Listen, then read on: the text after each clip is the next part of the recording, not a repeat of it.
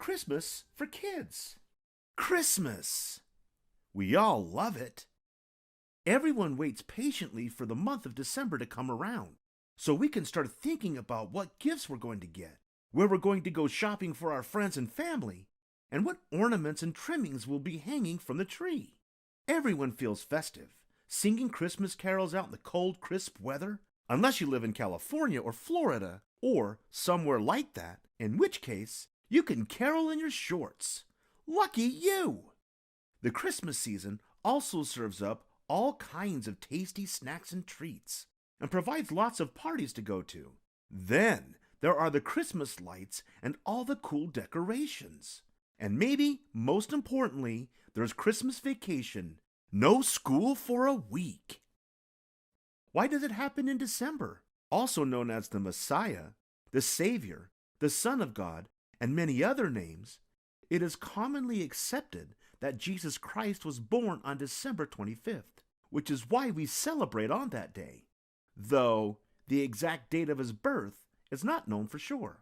In Germany, Christmas is known as Yule, which refers to the winter solstice, or the start of winter. It's called Navidad in Spanish, Natale in Italian, and Noël in French, which are all forms of the word nativity, meaning birth. So we know that Christmas is celebrated all over the world, but where was Jesus himself actually born? The birth of Jesus took place in a town called Bethlehem, south of Jerusalem, in a country now known as Israel. In the nativity scene that we're all familiar with, Jesus is depicted as a small baby in a barn or cave or stable, sometimes lying in a manger, which is a trough from which cows or horses feed. Jesus is usually seen surrounded by his mother, the Virgin Mary, his father Joseph, an angel, and the three magi, or wise men, who come bearing gifts such as gold, frankincense, which is a type of incense, and myrrh, which is an embalming oil. The gifts of the three wise men must be why we all give each other presents for Christmas. Though I don't know too many kids who'd be happy opening up a box of myrrh on Christmas morning. While Christmas Day is December 25th, some people start their celebration earlier in the month, on the first Sunday of December, which is the beginning of Advent. During the Advent season, a candle is lit on each of the Sundays before Christmas, resulting in 4 candles total. There are many theories as to why December 25th became known as the day Christ was born.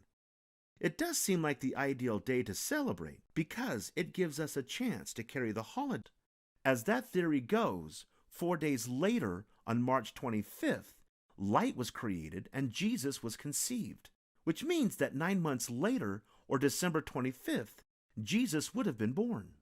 Either way, the New Testament never mentions an actual date, and it wasn't until about 220 AD that December 25th first got its designation as the day of Christ's birth. For many years, the birth of Christ was actually celebrated on January 6th, which was the day he was baptized. That day is known as the Epiphany. You're celebrating December 25th through January 6th. There are almost too many symbols and traditions associated with Christmas to explore here, but there are some main ones that we can dive into. Some of these traditions are religious in nature, and some more secular. Of course, you'd have no Christmas without Jesus himself. Without his birth, there'd be no birthday to celebrate. His birth is so widely celebrated because in the Christian religion, he's considered the Son of God, born as a human being to save God's children. But you've also got Frosty the Snowman and Santa Claus, or Saint Nick. There's mistletoe and Christmas trees and wreaths hung on the front door.